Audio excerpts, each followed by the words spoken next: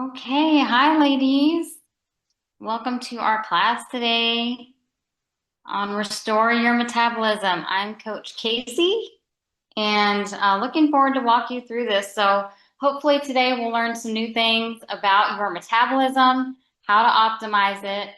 I'm going to give you some tips on that. So be ready to take some notes later on, but we're going to have kind of a discussion starting off. And then at the end, if there's any questions that anyone has, I'll be happy to answer those.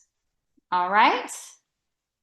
So let's get started. All right. Well, I want to, again, just welcome everybody today. And I know for a lot of us, sometimes we feel like our body is fighting us. We might feel like something is wrong with us, wrong with our metabolism, but there's nothing broken about you.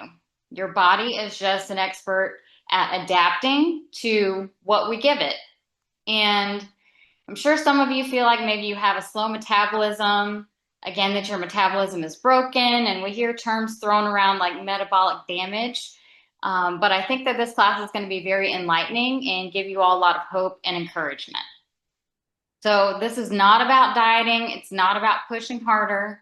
It's about understanding how your body actually works and learning how to work with it. So for me, I have lost 70 pounds and I've kept it off for several years now.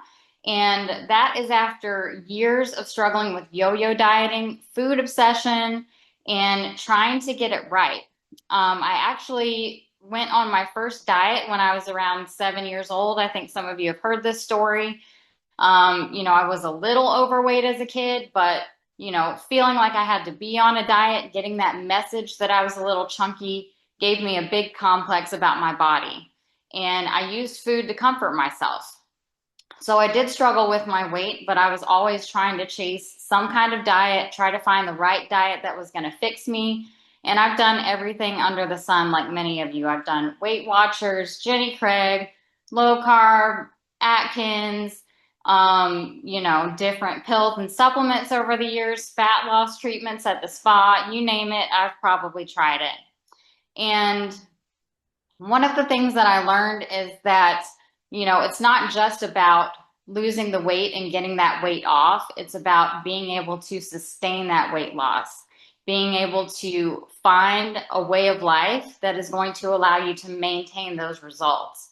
And keeping it off is the best part. It's been a lifetime, it seems like, of trying to lose weight, and it feels really good to get to a place where you're no longer trying to lose weight, right? Where you can just be at a place that feels comfortable for your body, it feels good, and it feels like a place you can maintain. And that's somewhere that I hope all of you can arrive to.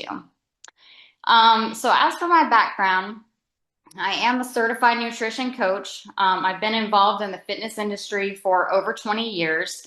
I got really into fitness in my early 20s and started training for fitness competitions. And in doing that, I've trained alongside and trained under some of the world's best physique athletes. I've trained with top female figure competitors, physique competitors, and I've trained at gyms with the world's top bodybuilders. So I've just kind of been in this environment for a long time. And being in this type of extreme environment when it comes to physique and dieting and training has really taught me what to do and what not to do when it comes to your weight, to fat loss, and metabolism. And doing those type of competitions and doing that physique focused training, it really teaches you how to manipulate your metabolism and how to work with your metabolism to achieve those types of elite outcomes. And we do that through nutrition that is dialed in, making sure that we're, getting the proper types of foods to make our body look the way we want to, the right type of training. We schedule in refeeds. So everyone thinks about dieting, thinks about restricting food, but actually fueling yourself more helps to create a better physique at times. And the adaptation. So all of these factors are very specifically dialed in and timed for optimal outcomes. But this also leads to more stress and more food obsession. I used to say when I was training for these type of competitions, it's like having a second job, because you spend so much time not only training, but all the time you're eating, if you're eating 6 times a day, meal prep, and all of these things, it can be very, very stressful. And so even though I had all of these tools at my disposal, all of that extra stress and food obsession is why I continued to struggle for years. So even though I knew all of these secrets, I still had a very unhealthy relationship with food and with my body that left me still bouncing back and forth. So I would have extreme gains in weight at times. So sometimes I could look kind of like a fitness model. At other times I would be obese, and then I'd get on the next diet and just keep going back and forth. I really didn't have a balance in my life. And in being in this type of environment, I've also seen firsthand what speeds up our metabolism. And that's things like adequate nutrition, appropriate levels of movement, having good muscle mass on your body, and rest. And what shuts down your metabolism is restriction, undereating, overeating, and stress. So for a lot of us, the traditional advice when we want to diet is what? Eat less and move more. So it hits on all those factors, right? We tend to undereat, we tend to restrict foods, and a lot of people try to do too much exercise, and all of that, it creates more stress for us. It puts more stress on your body, and it actually is debilitating to your metabolism when you're pushing harder and trying harder to get that result. And rebound weight gain is something that is also common. And that comes from people who are under eating and who are super restrictive. I've actually seen people in the fitness industry who do competitions, and they go very, very hard on extreme workouts, limiting their diet, eating very few calories. And then post competition, I've seen people gain as much as 30 to 50 pounds in a matter of a month's time. Because they've damaged their metabolism so much by those restrictive behaviors. So what creates sustainability for you in your lifestyle is actually going to be having peace around food, which we're learning in this program, eating in a way that fuels your body, doing movement that you enjoy, being able to adapt to different seasons in your life and different challenges and conflicts that come up. So no all or nothing mentality, no all in and all out, and above all, consistency. Now, metabolism does change with age. This is something that we all sense, we're all aware of, but it's actually very real. Our metabolic rate starts a slow decline starting in our late 20s and early 30s. And that's primarily due to gradual loss of muscle mass if we're not doing something to actively maintain it. And after age 30, women lose an average of 3 to 8% of muscle mass per decade, which directly lowers your resting metabolic rate because your muscle is metabolically active tissue. And by menopause, we have hormonal shifts as well. So we have lower estrogen, we have changes in insulin sensitivity, and that can further impact your fat distribution. So that's why you may notice that there's more abdominal fat, more fat around your middle section. It affects your blood sugar regulation and your ability to recover from stress and all of the restriction. And a lot of women become more sedentary as they age too. It just tends to be kind of a typical part of our American life.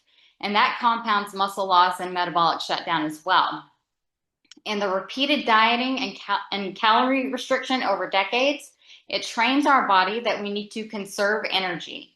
And that lowers the metabolic output beyond what just your age changes would cause. And chronic stress and poor sleep become more impactful with age. That increases your cortisol, and that can suppress your metabolic efficiency as well. So the real problem that most of us see is the yo-yo dieting and the restriction cycles going back and forth. It's when we decide that we're going to be good, we're going to do a diet, we're going to start fresh on Monday. We follow the rules and cut out food groups and limit our calories for a certain amount of time, but it's not meant to sustain us. It's not something we can actually hold. So at some point we rebel against that diet, or we give up, we mess up on the diet, and then we eat in a way that is dysregulated and out of control. And then we try to go back to a diet to overcorrect. So all of these back and forth swings that we have, they actually teach the body to conserve energy, hold on to weight, and resist fat loss. So your body learns whether or not it can trust you. And if you are not consistent with how food shows up, if food keeps disappearing and then it's an overabundance, then your body learns to protect you. It's going to learn to hold on to that energy and conserve the energy because it's not sure exactly when and how much you're going to feed it again. And so this isn't a sign that your metabolism is damaged. It doesn't mean that anything is wrong with you. This is just the way that the body adapts to what we're giving it. So next I want to talk about what a well-functioning metabolism looks like versus a sluggish metabolism. So you can kind of see some of these signs and symptoms, maybe see if some of these resonate with you. So if you have a supportive, well-functioning metabolism, you'll notice these types of things. You'll have stable energy. Your hunger signals will feel clear, not chaotic. So you'll be able to recognize your hunger. It won't feel like it comes on like an attack, like it's super intense. It'll be something that's very steady and regulated. You'll be able to lose weight without extreme measures. You'll have good quality sleep. You'll have good digestion and less obsession around food. Now, if your metabolism is under-supported, if it's running slow, as we like to say, then you may notice that you have fatigue. You may notice cold sensitivity, cold hands and feet. You'll have stubborn weight that doesn't seem to respond to traditional diets. You'll notice that you have a lot of cravings, and it may lead to binges as well. And if you know that you're doing that binge restrict cycle, that's a cue that your hunger signals and your metabolism are off. This will also affect your sleep, so you may not rest well or get good sleep. You may feel inflamed or feel like you're puffy, like you're bloated. And you may feel like you barely eat anything, but you still gain weight, or that you can't lose weight even though you're hardly eating anything. So again, these are just signals of how your metabolism is functioning. They're not a diagnosis, and they're not anything that's a failure about you. It's just an indication of where you are. So the great news is, like I said earlier, your metabolism is not broken, right? It's just functioning based on the way you've been leading it in your life. It's based off of the inputs that you give it. And your metabolism is actually very adaptive. It's very resilient. That means that it can change. That should be really great news for all of you. So I like to say that metabolism is like a thermostat. So it kind of adjusts the way a thermostat does. It adjusts based on the inputs that we give it. That means the food that we're giving it, how we move our body, how we manage our stress, how we manage our sleep, all those types of things. So if you change the inputs, if you change your behavior, then the system is going to respond. Your metabolism is going to adjust and adapt according to what you give it.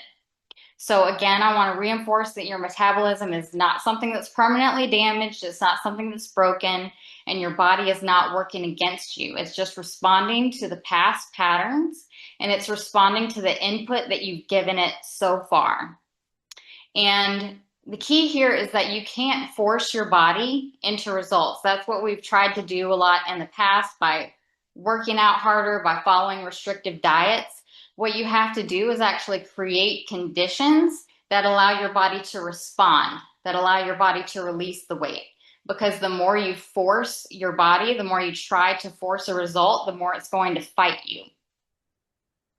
Okay, so next I want to talk about some tips and tools about how to help restore your metabolism, how to get it functioning in a better way, so that you can start seeing some changes in your weight loss, feel better in your overall energy, and just how you can apply this to your life. So I'm going to give you a number of tips and tools here, so feel free to write them down. I'll be happy to answer questions about these later.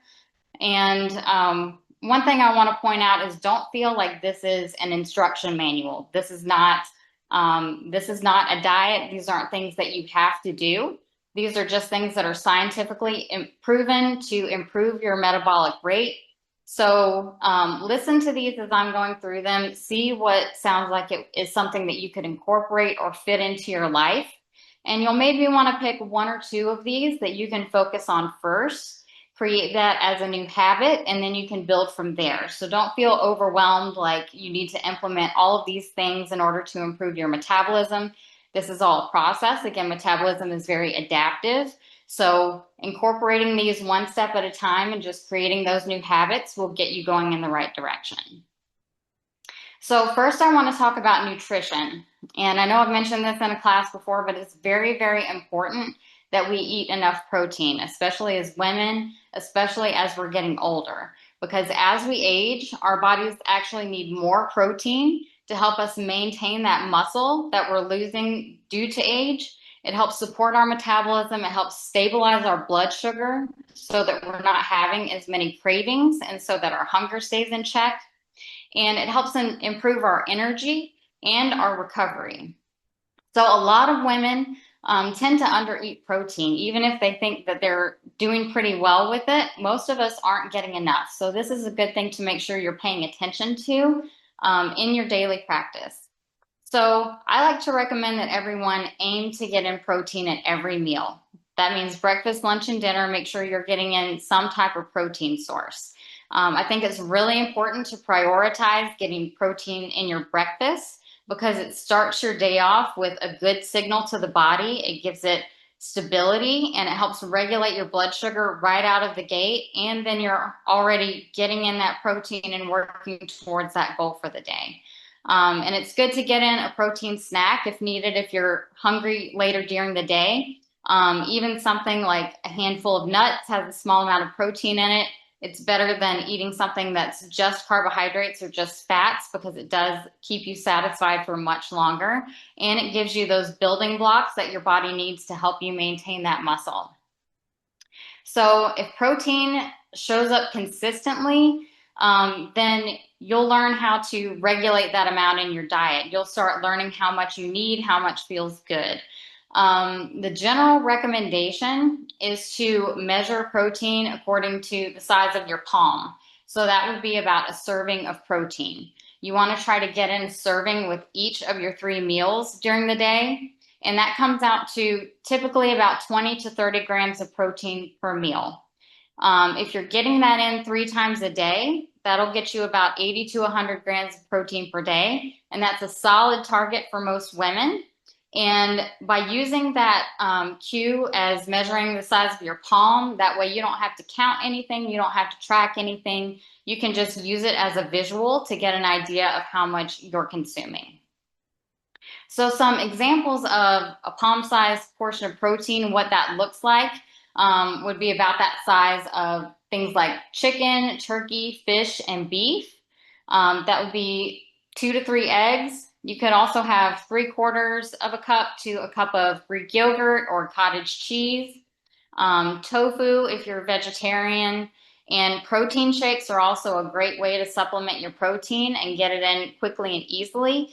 Most protein supplements have about 20 to 30 grams of protein in a serving. So those are an easy way to get them. So those pre-made shakes are great for that. Or if you get a powder, usually a scoop is about 20 or 30 grams as well. So protein shakes are a good way to get in that protein. If you don't eat a lot of meat, it's just a good way to substitute that. Also the Greek yogurt, cottage cheese, again, great ways if you don't feel like eating a lot of animal protein. So the protein, why that's so important is because it tells your body that it's safe to maintain the muscle. And remember, the muscle is metabolically active tissue. So if your protein intake is low, then your metabolism will actually slow down to conserve energy. So protein is that signal of safety for the metabolism. It keeps it running well. It lets it know that it has enough fuel to keep going. And if you're a person who's not very hungry in the morning, if you're used to not eating until around lunchtime, that's something that I see a lot. It is good to eat within an hour or so of waking. It helps to get your metabolism up and going for the day. So you can just start eating a little bit earlier, let your body adjust. And you'll notice as you start doing this, as you start introducing more protein and your metabolism is functioning better, you'll actually start to have more of an appetite earlier in the day, and you'll have an appetite when you wake up in the morning. So look for that appetite to start to return in the morning once you start implementing some of these things. And you can just start small if you need to with a breakfast if you're not used to eating something. Just have a half cup of Greek yogurt, maybe a couple of eggs or a little protein smoothie, something light like that, just to get your body accustomed to eating earlier in the day. So this is about training your body. It's about giving it what it needs and letting it adapt. It's not about forcing yourself to eat in the morning or feeling like you have to do this a certain way. Just take it one step at a time and let your body adapt. Okay. And when you start getting in enough protein, you'll notice improvements. You'll start to notice that you have better energy, you have fewer cravings, your hunger will start to stabilize. You'll start to feel a little stronger and feel like you have better energy to get through the day and just do your daily tasks. And you'll feel more satisfied after your meals. And these are way better indicators of what's going on with your metabolism than trying to look at the scale and look for weight loss all the time. This means that things are actually humming along, that your body is doing what it's supposed to, and that the results are on the way. So if you're new to this, to getting in more protein, if this is something that you know you need to work on, again, you want to just take it one step at a time. So maybe just pick one meal that you want to improve first. If you're not eating breakfast, maybe make that your goal to start eating a little bit earlier in the day and get in that meal. Or maybe decide at dinner you're going to focus on getting in a little more protein. Just start building those habits and let them build upon each other. You don't have to do this all at once. And this is not something that you can, get right or wrong. So don't feel like you have to try to be perfect. And it's not about, getting things exactly right. Just try to be consistent. Try to keep showing up and just improving the habits over time. And if you eat your protein most of the time, your body is going to get the message. The metabolism is going to get the message. So even if you're taking these small steps, you're incorporating this in gradually into your life, getting in more protein, eating your breakfast, eating 3 meals regularly, your body is going to start trusting you and start responding to that. So it's important, again, to make sure you have regular meals. Make sure that you're not taking long gaps in between meals. I like to recommend that we eat every 3 to 4 hours. Because if you go a lot longer than that, what happens is that your blood sugar starts to dip. And then when you do finally eat again, your blood sugar spikes. So every time we eat food, our blood sugar does spike. If you're eating foods that are sugary and high in carbohydrates, it's going to spike more. But if you've been going a long time without eating and then you eat a meal, the blood sugar really spikes up. And what that does is drive up your hunger and your cravings. That's why when you haven't eaten for a long time, you finally eat a meal, you find yourself eating more than normal. Okay. You want to make sure that you have balanced plates. So make sure that you're starting off with your protein. You want to have carbs and fats and fiber. And a lot of times fiber is going to come from vegetables. I love to tell everyone to pile on the produce, and that means fruits and vegetables. Feel free to include as many of those as you want. You really can't go wrong there. If it comes from the ground or grows off a tree, it's good for you. So eat lots of fruits and veggies. And try to reduce the under eating again. If you've been under eating for a long time, again, this may sound like a big jump. So just gradually work on increasing your food intake. Gradually start to eat more. If you're a person who has, tried to follow the 1,200 calorie or below diets for a long time, your body actually really needs more than that in order for it to perform optimally. And so you just want to gradually increase your food intake over time, gradually reintroduce meals, and gradually increase your portion sizes to what we've talked about earlier. And in the fitness industry, they actually call this reverse dieting. And it's a technique that is used to help people repair their metabolism. There are people that charge a lot of money for creating these types of diets that actually teach you to eat more, and they teach your body to run on more calories, not less, in order to achieve weight loss and fat loss. And I want to remind everyone that carbs are not the enemy. They're really, really good for our thyroid and for our muscles. They're a key fuel source. They play an important role in our thyroid function, and that helps regulate our metabolism. And they're also essential for muscle performance and recovery. And when our carbohydrates are too low for too long, the body can interpret that as stress. And that leads to fatigue, it leads to stalled weight loss, increased cravings, and a slower metabolism. So eating the right amount of carbs from whole fiber-rich sources actually helps the body feel safe enough to release the weight and not hold on to it. When it comes to carbs, you want to aim for 1 to 2 servings per day, and that's about a cupped handful of things like rice, potatoes, and oats. And carbs don't make you gain weight. I want to make that very clear. Carbohydrates do not make us gain weight. What makes you gain weight is your body's stress response. So if you've been on a low carb diet for a very long time, or if you're, kind of afraid of eating carbs, just make sure you bring them back gently and consistently, and then your body will relax enough to let some excess weight go. So if you are on a low or no carb diet, start by just adding in 1 serving per day of something that feels safe to you to eat, something that feels good. So maybe add in a little fruit with your breakfast, maybe add in some sweet potato with your dinner or something after a workout. Or if you have your carbohydrates at night, that can help with sleep a lot of times. So just start adding in a little bit at a time and see how that feels. What you should notice when you're getting in an adequate amount of carbohydrates, again, you're going to have better energy, improved sleep, fewer cravings, less food obsession, and you'll notice that your workouts are better as well. And these are all signs that your metabolism is responding positively to what you're giving it. Now, next I want to talk about movement and how that supports your metabolism. So I do recommend strength training 2 to 3 times per week because, again, your muscle is metabolic tissue. We're losing muscle every decade as we age. And so in order to combat that, we need to do something actively to make sure that we're maintaining and building muscle. So start out with 20 to 30 minutes of weight training 2 to 3 times a week. This isn't something that needs to be intimidating. You don't need a gym.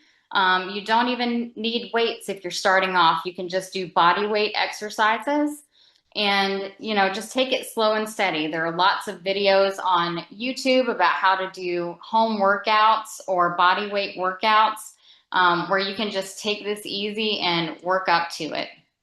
And you really want to focus on your strength because especially as we age, muscle loss and losing your strength is not a joke. I know that none of us want to be in a position where, we can't get up off the toilet and things like that. So it's really important that we start incorporating strength training, things like squats or leg exercises, because we want to maintain that strength as we age. We'd love to be in our 80s, 90s, beyond, and still be able to do all the things we need to do by ourselves and not have to rely on someone else to take care of us. And I promise if you do some strength training and you lift weights, you're not going to get big or bulky. It actually takes a lot of work for women to get big, or, women that you feel like look like a man is probably because they're on a lot of steroids. So it's very, very difficult to get bulky off of lifting weight. It actually makes most women look leaner. And of course, we get that more toned look and a better shape if we have some good muscle mass on our frame. You also want to do things like daily walking is a good part of your everyday routine, and avoid excessive cardio. So if you feel like you need to be on the treadmill or on the elliptical all the time, just sweating it out, again, that kind of falls into that category of pushing harder. It's more stress on the body. So doing things like walking or doing a cardio machine at a relaxed pace for like 20 minutes, 3 times a week, 2 to 3 times a week is actually much better on the metabolism. And again, you want to focus on consistency here. So you just want to focus on doing the movements, doing them regularly, having a regular weekly routine that you can follow most of the time. Let it adapt with different seasons of your life. If you're traveling, if you're sick and you need more rest, then absolutely take it because that's what your body needs. So it's really about just being consistent, continuing to show up, and not really about trying to be intense with it and trying to lift super heavy or go really hard. It's just about being consistent with showing up. That's what your body wants to see. And your movement should signal safety to your body. That's why it's all about just being consistent, doing things at a pace that feels good to you and not going too hard. Because when you push really hard and do too much and add that additional stress and pressure on yourself, it actually puts your body in more of a survival mode and makes it want to hold on and conserve that energy. Now, next I want to talk about stress, because I've mentioned that a couple times, and your nervous system. So chronic stress actually puts on the metabolic brakes. Chronic stress signals to the body that it's not safe, and it shifts your energy towards survival instead of fat loss or repair. And I know a lot of times we've heard this analogy before, you know, that in the caveman days, we'd feel stressed when a lion was chasing us. And now it's because we have a deadline at work, right? But our body interprets that stress in the same type of way. It still triggers that survival type instinct, and it makes your body hold on to everything and conserve that energy. Because when you're in a survival state, your body does not care about losing weight. That's the last thing it wants to do. And when stress stays high, again, the body is going to prioritize conserving your fuel. So that puts the brakes on your metabolism. And dieting and the over-exercising, like we've talked about, they're actually forms of chronic stress on your body. So if you want to try harder, push harder, try to do all these workouts to lose weight, and try to be very restrictive on a diet, that's actually going to backfire on you. You also want to make sure that you are regulating your nervous system and that you are dealing with stress in appropriate ways. So this comes with things like tapping that we're doing all the time, breath work, taking a walk outdoors, meditating, taking rest days when you need them. These are very, very important to help regulate your nervous system, to help calm your stress, keep your body in a relaxed state. And sleep is also a metabolic multiplier. So sleep is the time when our body repairs tissues, it balances your hormones, and it restores your metabolic function. So when your sleep improves, everything else in your life works better. Your appetite regulation is better, you have better energy, fat loss starts to happen, and muscle maintenance. All of this starts to become easier. And when it comes to weight loss and optimizing your metabolism, less is more. You want to have more focus on just regulating and stability and safety and consistency. It's not about actually doing more and pushing harder. It's about just creating a good, calm, consistent baseline. All right, so next I want to just talk about a few supplements that are over the counter that can help with metabolism. And I am not a medical professional. I'm not a doctor. I would recommend that you talk to your doctor and that you do your own research before taking any of these supplements. But I just want to make you aware of a few things that are out there that are scientifically proven to help support your metabolism and that are very common that a lot of people use. The first one is protein supplementation, which I talked about earlier. So protein shakes. They come in different types. So whey protein is probably the most common, that is dairy based. And while it is effective, a lot of people have digestive issues with it. So there are a lot of great vegan options out there now that also contain that 20 to 30 grams per serving. Collagen is also something that I recommend. You can get that in different flavors, but a lot come unflavored. I actually put it in my coffee in the morning to get an extra protein boost along with eggs that I have in the morning. And what I love about collagen as well is that it has a lot of other benefits to your body. One of the things that I really notice is that it improves my hair and it improves my fingernails. I have fingernails that are pretty thin, and I notice when I drink collagen, they're super strong. So something to look into there. Magnesium is also a good thing to take before bed. It helps you manage your stress and helps your sleep, and it helps your nervous system regulate. Magnesium supports metabolic health by helping to regulate your blood sugar, helps to reduce your stress, helps to improve your sleep. All of this directly impacts how efficiently your body uses energy. Next is omega-3s. These are fatty acids, and they help improve insulin sensitivity, reduce inflammation, and they support your muscle health, making it easier for the body to burn fuel instead of store it. And vitamin D is something to look into if you're deficient. Your doctor can test that easily with a blood test, and sometimes people run lower on vitamin D in the wintertime because we're inside more, we're not getting as much exposure to the sun. And vitamin D plays a role in muscle function, hormone balance, and insulin sensitivity. And low levels are commonly linked to slower metabolism and increased fat storage. Okay, and then a couple of behavioral shifts as well.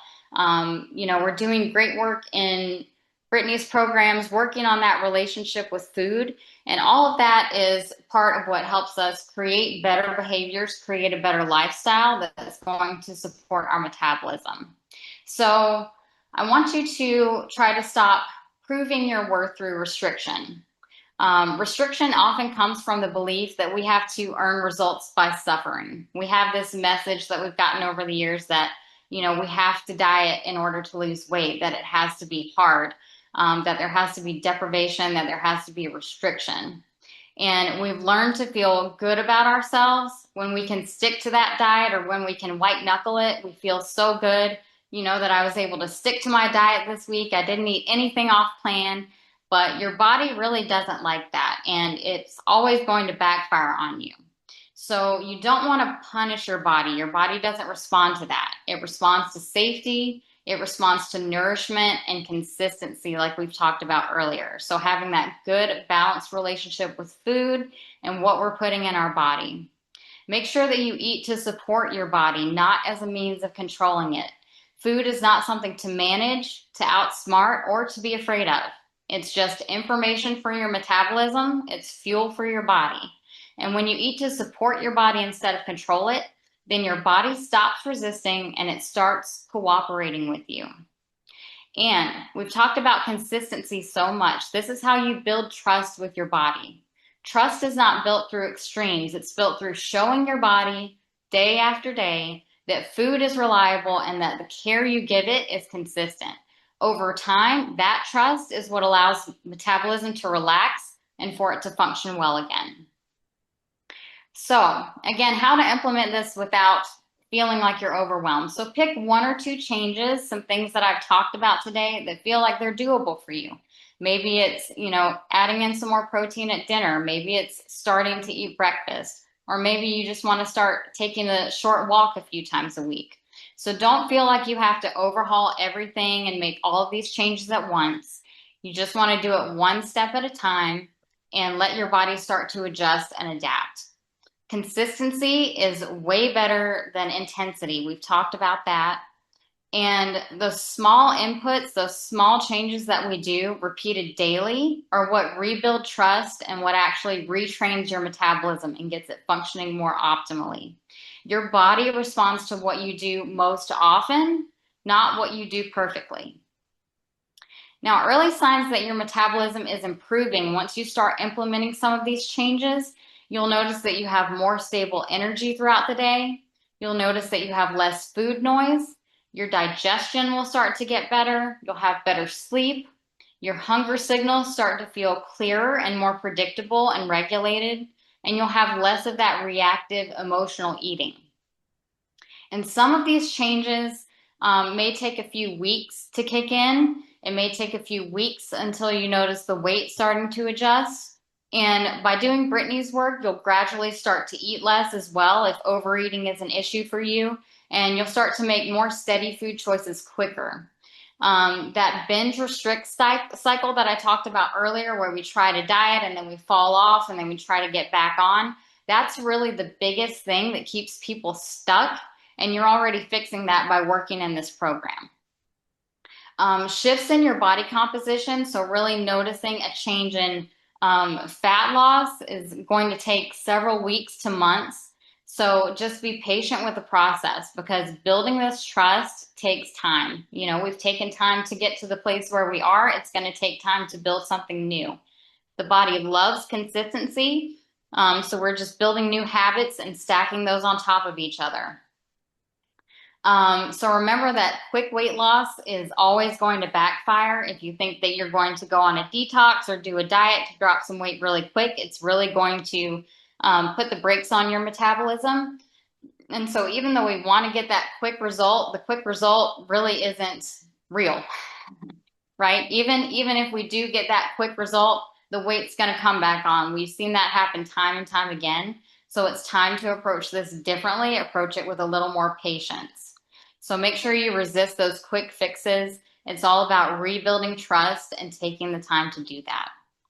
So I want to again assure you that you are not broken. Your metabolism is not broken.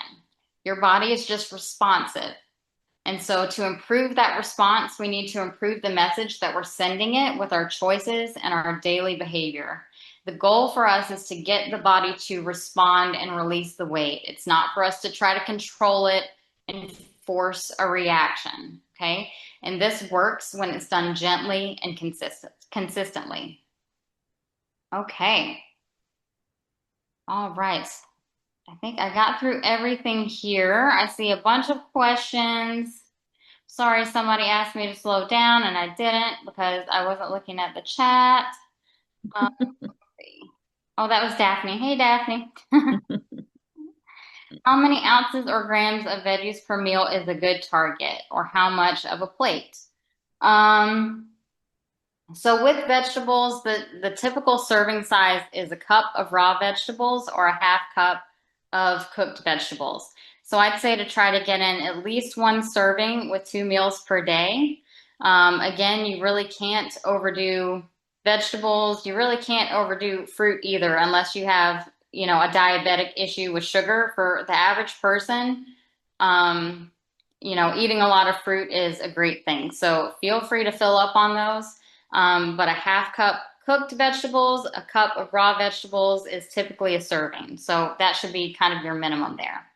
Will we have access to a recording of this call? Yes, there will be a recording of this available. I believe it's going to be in the tapping circle. It usually takes a few days to get that up. Dawn answered that. Thanks. Let's see. Da, da, da, da, da. Do you discourage intermittent fasting? Um, for me personally, and in my experience, I'm not a fan of intermittent fasting, and it's kind of for the reasons that I talked about earlier with the blood sugar and how that impacts you throughout the day. So your body actually likes to have food earlier in the day in the morning and to eat regularly throughout the day. One thing we don't think about and that we don't realize is that all of us intermittent fast every day. It's called sleeping. So we're all getting, at least that 8 hour window without food. I don't want to tell anybody how to live their life and how to make their choices. So if you really enjoy intermittent fasting, if that feels good to you, if you're getting results that way and it feels great with your life, by all means, stick with it. These are just the science-based recommendations for improving metabolism that I've shared in the call today. But if that's not working for you, or if you're finding that you're craving a lot of foods later in the day, that your hunger's kind of off balance or your energy's not feeling great, then it may be worth considering some different options. How many eggs do you suggest is an adequate serving? So typically about 3 eggs will get you a good amount of protein. That's a pretty good serving size of eggs. So you can also use 1 or 2 whole eggs and mix in some egg whites if you want to have a little bit less fat in your meals, and that helps to reduce the calories too while still getting in that protein content. For me, 3 eggs is a lot. I actually eat eggs for breakfast every day, and I usually have 2 eggs, but then I add that collagen in my protein or in my coffee. So that actually bumps up my protein without having to eat more eggs. So keep that in mind too, that you can kind of mix things in. Sometimes I like to get turkey sausage or something like that, so I'm just not eating a bunch of eggs to get in a little bit more grams of protein and have a little more variety. Okay. How do these recommendations work for insulin resistance? One solution to reset insulin resistance is intermittent fasting. Yes, intermittent fasting is a way to help reset insulin resistance. So if that's a specific issue that you've been diagnosed with, then yeah, that would be an exception to that. And then, once you get that kind of more under control, when your body is responding better in that way, you can adjust your eating, if that sounds good to you. But again, if intermittent fasting works for you, if it feels good and you're getting results that way and your energy is good, by all means, go for it. Okay, tips on gaining good sleep. Any tips on how to reduce cortisol? Okay, so for getting good sleep, the biggest thing is make sure that you have a bedtime routine. So that means going to bed at a regular time, getting up at a regular time. You want to make sure that you are turning off all the screens and blue lights for about 60 to 90 minutes before bed. So no scrolling on the phone, no watching TV. Go find a book to read or some other activity to help you decompress. Magnesium as a supplement, I find really helps with the cortisol and getting better sleep as well. So really just getting in that good routine and giving that a little bit of time helps a lot. And when you get better quality sleep, when you're decompressing before bed and not watching TV, things like that, you'll see that your cortisol will start to respond and improve over time as well.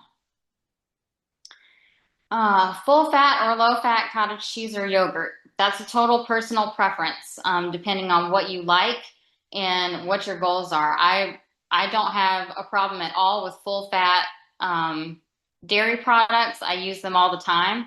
So sometimes I just see how I feel. Sometimes I feel like, maybe I want to eat a little bit lighter. Maybe I'd rather have the low fat this week. There's really not a right or wrong there. It's more about what feels good to you and again, what you can be consistent with. Let's see. For just stress, not necessarily associated with food, do you have a recording of a tapping session that you would recommend us to follow? Looked in the Thrive program. I have not seen a tapping for just chronic stress. I don't know that we have one. Mary says, yeah, try Google or YouTube. Lots of tapping scripts there. Absolutely. So yeah, it's not something specifically addressed in Thrive, but definitely there are people out there that have tapping scripts for stress for you. Read that drinking some cloves water before bed can be helpful for sleep. Tried it last night, it seemed helpful, but that was just one time I tried. Yeah, I haven't heard about that. There's lots of different tips and tricks out there. I drink sleepy time tea sometimes. Lots of different products out there. So yeah, just play around with those, see what you like. Again, you can always do your research and, see if certain things are effective and just give it a try. Which form of magnesium before bedtime? You want to do magnesium glycinate, I think is how you say it. Glycinate. That's the best one to have. Let's see.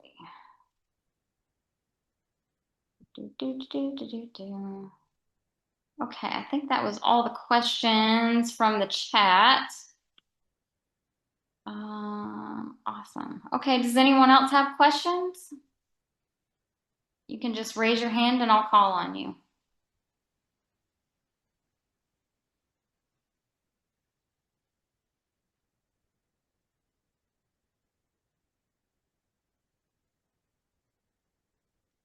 Going once, going twice for questions. Oh, Daphne, there she is.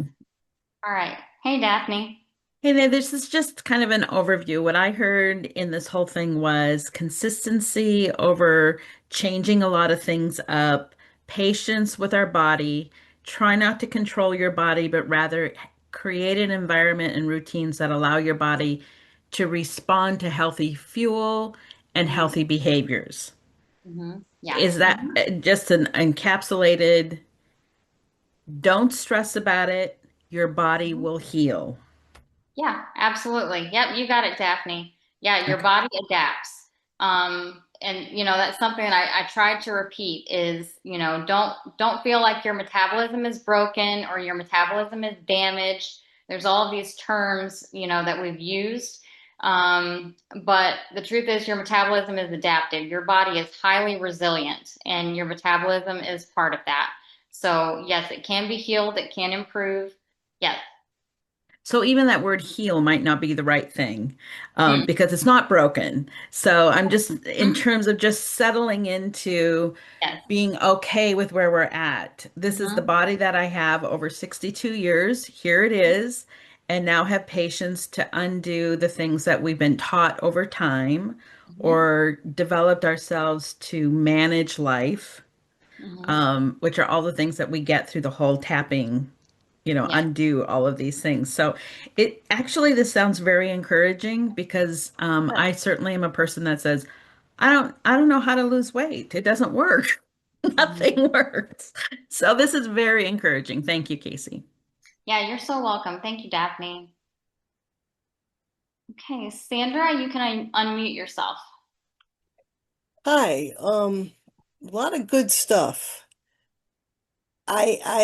My questions might be a little vague or broad, but it feels like there's a lot of moving parts, and some of it I'm wondering how we can adapt or what should come first in order to work with Brittany's program. Like Brittany's, you're saying eat every 3 to 4 hours. Britt was saying eat every 5 hours, let your body get hungry so that you know what the hunger is like. And uh, um, I think somewhere in there it's the echo, bring up the stuff that's for echo tapping, but we only have 6 months in the program. I don't know how long typically your approach takes to work. Should we Mhm. do that first, or should we try to get the echo tap? I don't know. It just feels like a lot of moving parts, and I don't know how to figure that out.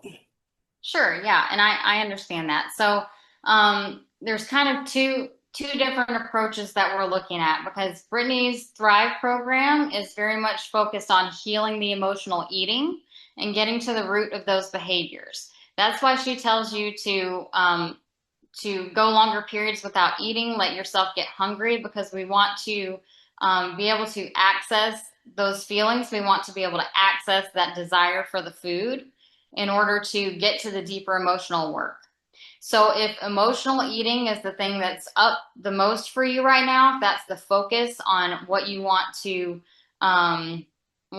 to heal and regulate and get that relationship with food better first, then I agree. Follow Brittany's approach, follow her recommendations, and go through the processes that she's outlined in her program.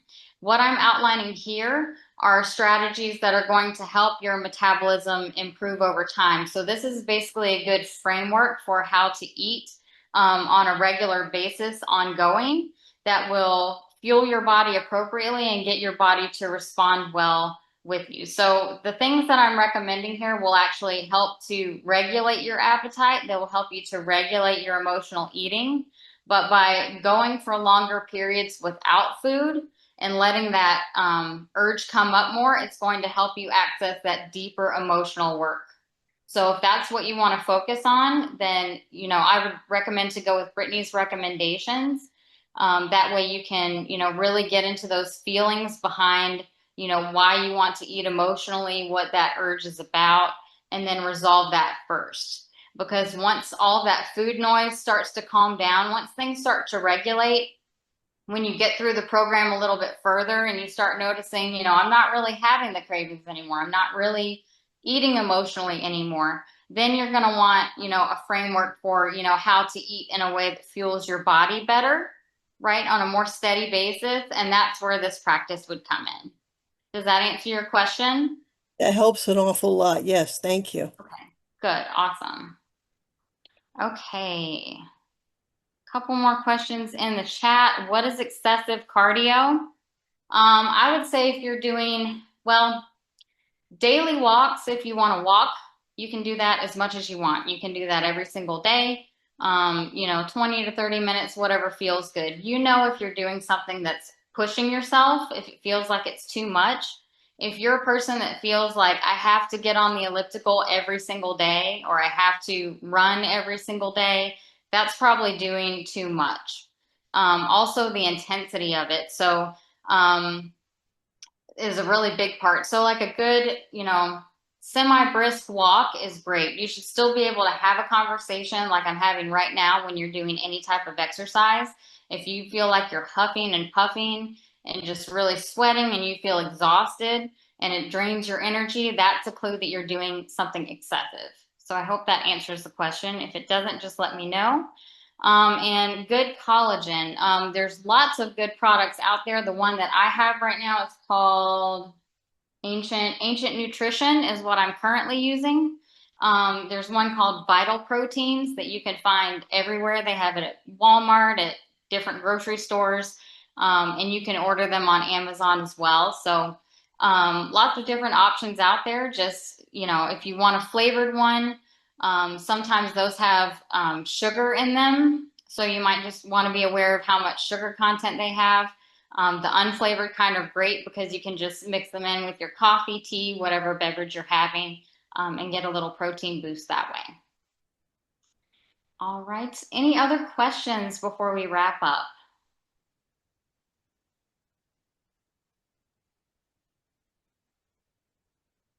Going once, going twice. Thank you, Cindy. Okay. All right. Well, I think that's it for today. Thank you, ladies, for joining the class. I really appreciate you. Hope you have a great day. Bye.